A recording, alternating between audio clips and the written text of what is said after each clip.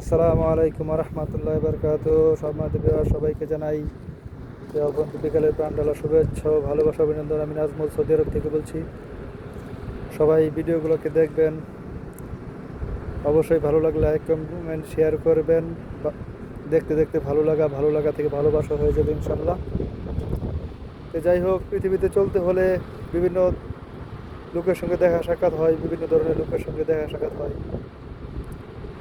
তো জীবনটা বড়ই অদ্ভুত। দেখা যাচ্ছে একটা পাখিরও দিন শেষে নির্দিষ্ট একটা ঠিকানা আছে, তার একটা বাসা আছে, কিন্তু মানুষের নির্দিষ্ট কোনো ঠিকানা নাই। আজ এখানে কাল ওখানে, মানুষ কখন কই থেকে কোথায় যায় কেউ বলতে পারে না। ঠিক তেমনি আমরা প্রবাসী অনেক দূর প্রবাসে পড়ে রয়েছি।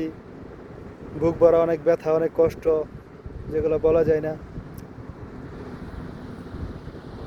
টাকার লালসাই হোক, জীবনের চলার জন্য হোক, ভবিষ্যতের কথা চিন্তা করে হোক, যেভাবে হোক প্রবাসে জীবন পাড়ি দিয়েছি। তো গত কিছুদিন ধরে বাবা অসুস্থ, আবার পুনরায়, তার জন্য মনটা খুবই খারাপ। সবাই দোয়া করবেন আমার বাবার জন্য, যাতে বাবাকে আল্লাহ সুস্থতা দান করে। আর আমরা প্রবাসী, আমাদের জন্য দোয়া করবেন যাতে আমরা সহি সালামত দেশে পুনরায় যাইতে পারি। আল্লাহ যাতে সেই তৌফিক দান করে।